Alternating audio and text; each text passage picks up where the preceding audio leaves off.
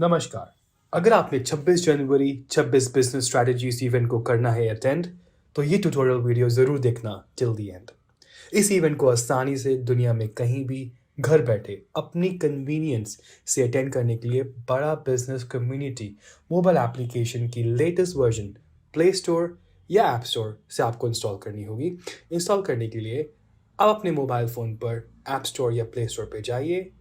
Search window पे लिखिए Bada business community app and then पहले सर्च रिजल्ट पे क्लिक करके ऐप को इंस्टॉल कीजिए।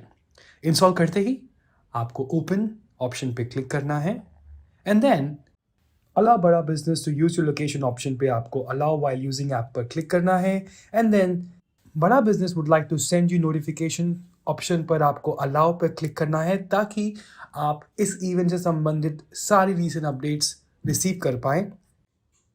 ऐप पर लॉगिन करने के लिए सिंपली सबसे पहले आप अपने नाम और रजिस्टर्ड मोबाइल नंबर को एंटर करें।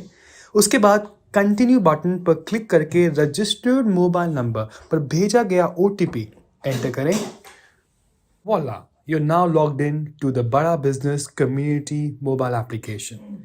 इस एप्लीकेशन में खूब सारे फीचर्स हैं जो आपको डेफिनेटली एक्सप्लोर करने चाहिए, जैसे बड़ा बिजनेस कम्युनिटी।